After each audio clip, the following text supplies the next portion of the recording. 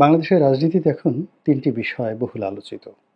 ১ নম্বর, নির্বাচন সঠিক সময়ে হবে কি হবে না, নির্বাচন পেছানোর জন্য এক পক্ষ চেষ্টা করছে, আর ডিসেম্বর মাসের মধ্যে নির্বাচন করার জন্য অপর পক্ষ জিদ ধরেছে। এটি একটি সমস্যা। দ্বিতীয় সমস্যা হলো যে আওয়ামী লীগ নামক যে দলটি গণঅভ্যুত্থানের মাধ্যমে ক্ষমতাচ্যুত হয়েছে, তাদেরকে নির্বাহী আদেশে নিষিদ্ধ করা হবে কি হবে না। পক্ষে এবং বিপক্ষে দুটো দল সক্রিয়, যথেষ্ট শক্তিশালী। আর ৩ নম্বর, সংবিধান, যেটি ৭২-এর সংবিধান, মহান মুক্তিযুদ্ধের মাধ্যমে অর্জিত সংবিধান, সেটি বহাল থাকবে এবং এটার মধ্যে প্রয়োজনীয় যে অ্যামেন্ডমেন্ট দরকার, সেই অ্যামেন্ডমেন্টগুলো করার জন্য প্রয়োজনীয় সুপারিশমালা থাকবে, নাকি এই ৭২-এর সংবিধানটিকে নতুন করে পুনর্লিখন করা হবে। অর্থাৎ ৭২-এর আদলে ফিরিয়ে এনে এই সরকারের, বর্তমান সরকারের যে সকল সুপারিশ রয়েছে ওইগুলোকে সংযুক্ত করে একটি নতুন সংবিধান। ৩ নম্বর হলো যে পুরো সংবিধানটিকে অ্যাবসলিউটলি একদম ছুঁড়ে ফেলে দিতে হবে। ফেলে দিয়ে নতুন যে সরকার এখন আছে এবং তারা যে বিপ্লবের কথা বলছে, সেই বিপ্লবের যে স্পিরিট, এটিকে ধারণ করে অ্যাবসলিউটলি নিউ ডাইমেনশনের মাধ্যমে এটি নতুন সংবিধান রচিত হবে, যেটি পাকিস্তানে হয়েছিল। আগের সংবিধান বাদ দিয়ে নতুন একটি সংবিধান প্রণয়ন কমিটি গঠন করা হয়েছিল। এই ৩টি বড় দাগের সমস্যা। এই বড় দাগের সমস্যার বাইরে আরও ২টি ছোট দাগের সমস্যা রয়েছে এবং এই ছোট দাগের সমস্যা নিয়ে মূলত বড় দাগের সমস্যাগুলোর কারণে যে হানাহানি, মারামারি, কাটাকাটি, রক্তপাত, খুন জখম হওয়ার সম্ভাবনা রয়েছে, তার চেয়ে ছোট দাগের সমস্যা নিয়ে আরও বেশি খুন খারাপি হওয়ার সম্ভাবনা। ১ নম্বর হলো একটি যেটাকে বলা হয় স্থানীয় নির্বাচন আগে হবে না জাতীয় নির্বাচন আগে হবে। এক পক্ষ বলছে আমরা ক্ষমতায় এসে বা জাতীয় নির্বাচনের পরে স্থানীয় নির্বাচন করব, এখন যেভাবে আছে সেভাবে চলুক। অপরপক্ষ বলছে যে না, স্থানীয় সরকারের কাজকর্মে স্থবিরতা দেখা দিয়েছে, কাজেই স্থানীয় সরকার নির্বাচন আগে করা হোক।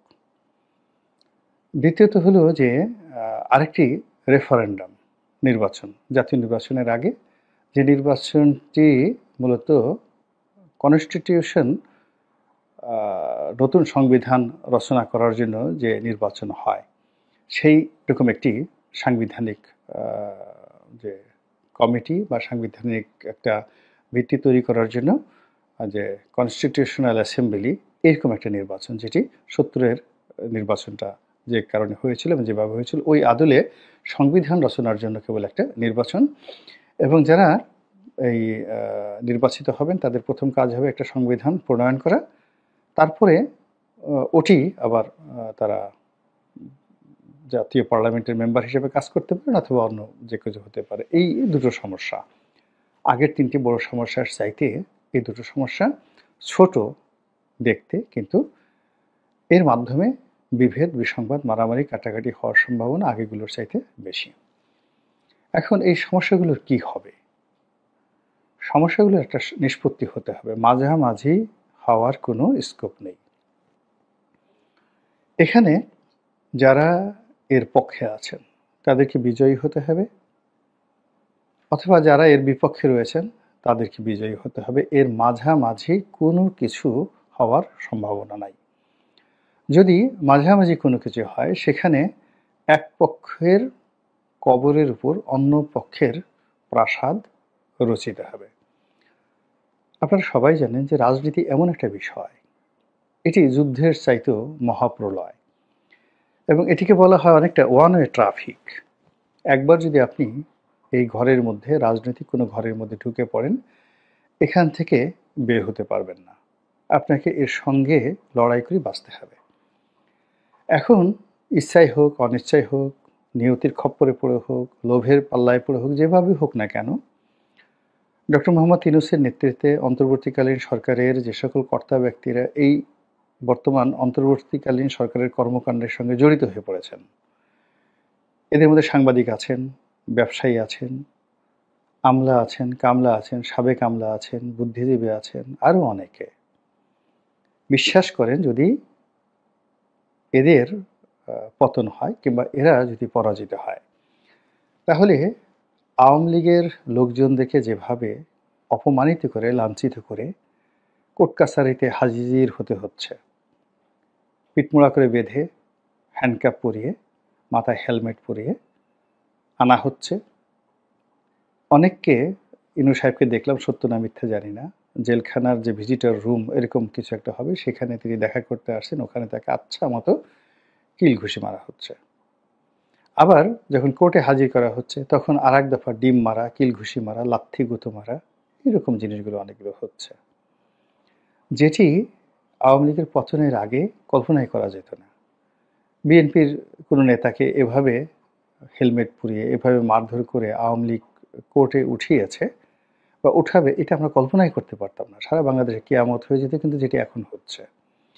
আর এই অবস্থাতে যদি আগামীতে আরেকটি ভার্সন, পতনের আরেকটি ভার্সন আসে, তাহলে পায়ে হ্যান্ডকাপ, হাতে হ্যান্ডকাপ, এবং অনেকটা আমরা সিনেমার স্টাইলে যেভাবে দেখি ডান্ডা বেড়ি, সেই ডান্ডা বেড়ি পরানো হবে এবং সারা শরীরে লোহার পোশাক পরানো হবে। তারপর যেভাবে আরব্য রজনীর গল্পের মতো করে জেনাকার ব্যভিচারদেরকে যেভাবে পাথর মারা হয়, তো ওইভাবে পাথর মারার চেষ্টা করা হবে। আর ওই যে শিল্ড, সারা শরীরে যে তাদের বডি শিল্ড থাকবে, স্টিলের তৈরি, রোবটের মতো, টার্মিনেটরের মতো, ওইগুলোতে সেই ঢিল লাগবে আর টন টন টন টন করে আওয়াজ হবে। এইরকম একটা পরিণতির দিকে যদি যায়, এবং সেটা না যাওয়ার কোনো কারণ নেই। এর কারণ হলো, যে কোনো মন্দ কাজ এটি জ্যামিতিক হারে বাড়তে থাকে, ভালো কাজ বাড়ে না, ভালো কাজ কমতে থাকে, মন্দ কাজ জ্যামিতিক হারে বাড়তে থাকে। আমাদের ইতিহাসে বঙ্গবন্ধু বিজয়ের পর ৭২, ৭৩, ৭৪ সনে তিনি তার রাজনৈতিক প্রতিপক্ষের সঙ্গে যে আচরণ করেছেন, ৭৫-এর পট পরিবর্তনের পর সেটি আরও জল্লাদের পর্যায়ে চলে গেছে। জেলখানাতে ৪ নেতার হত্যাকাণ্ড কল্পনাই করা যায় না। এরপর এরশাদ জমানাতে সেটা আরও বেড়েছে, ৯১-তে সেটা আরও বেড়েছে। এরশাদ সাহেব যখন জেলখানাতে গেছেন, তার জেলখানাতে সার্কিট ক্যামেরা লাগিয়ে দেওয়া হয়েছে যেন তিনি ঠিকমতো প্রাকৃতিক কর্মকাণ্ড করতে না পারেন। এবং এরশাদ সাহেব এবং এরশাদ সাহেবের পরিবারে যে অপমান করা হয়েছে, এর চাইতে আবার বেশি অপমান করা হয়েছে 1/11-এর সময় তারেক রহমান সাহেবের সঙ্গে, বেগম খালেদা জিয়ার সঙ্গে, আরাফাত রহমান কোকোর সঙ্গে পিটিএ, মানে আরাফাত রহমান কোকো এবং তারেক রহমান সাহেবকে পিটিএ রীতিমতো জীবন্ত লাশে পরিণত করে দেওয়া হয়েছে। তো এখন এই যে বেড়েছে, একটার পর একটা বেড়েছে।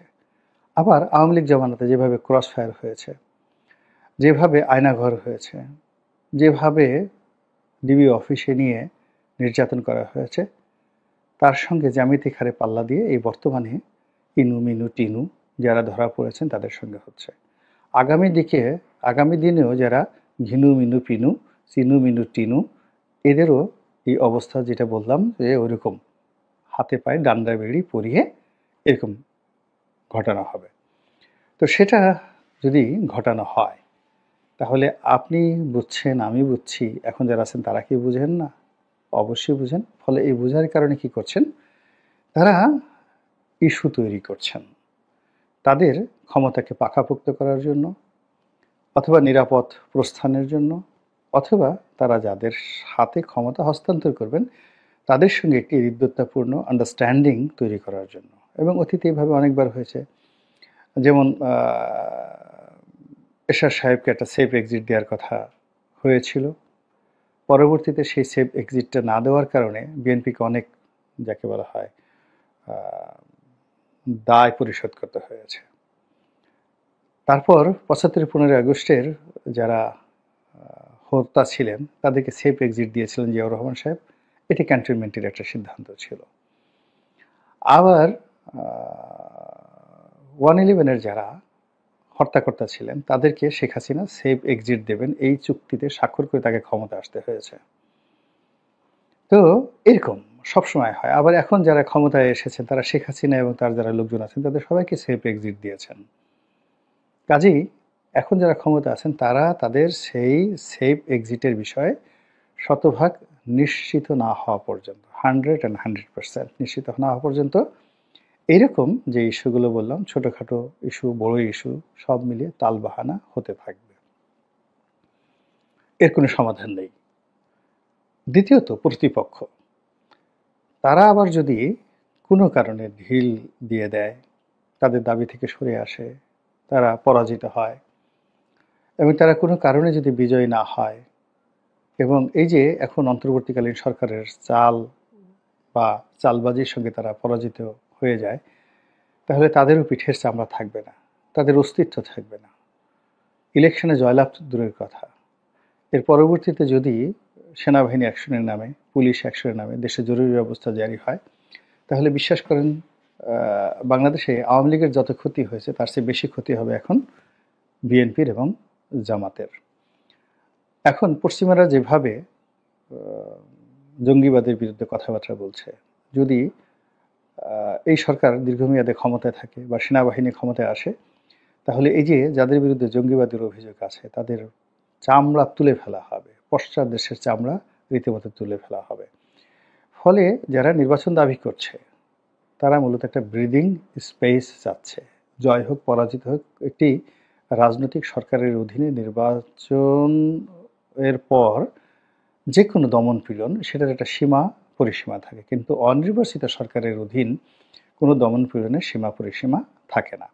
তো সেই দিক থেকে যে কর্মকাণ্ডগুলো হচ্ছে, সেই কর্মকাণ্ডগুলো এখন দুই পক্ষকেই মুখোমুখি অবস্থানে দাঁড়িয়ে আছে এবং যে যার মতো করে হুমকি করছেন, তম্বি করছেন, হুমকি দিচ্ছেন, ধামকি দিচ্ছেন, কৌশল করছেন, চালবাজি করছেন এবং নিজেদের যে বিষয়গুলো সেটা সংস্কার করা হবে, শেখ হাসিনার বিচার করা হবে, আগে বিচার, তারপরে সংস্কার, তারপরে নির্বাচন, এই সমস্ত নানা রকম ফন্দি ফিকির আসতেই থাকবে।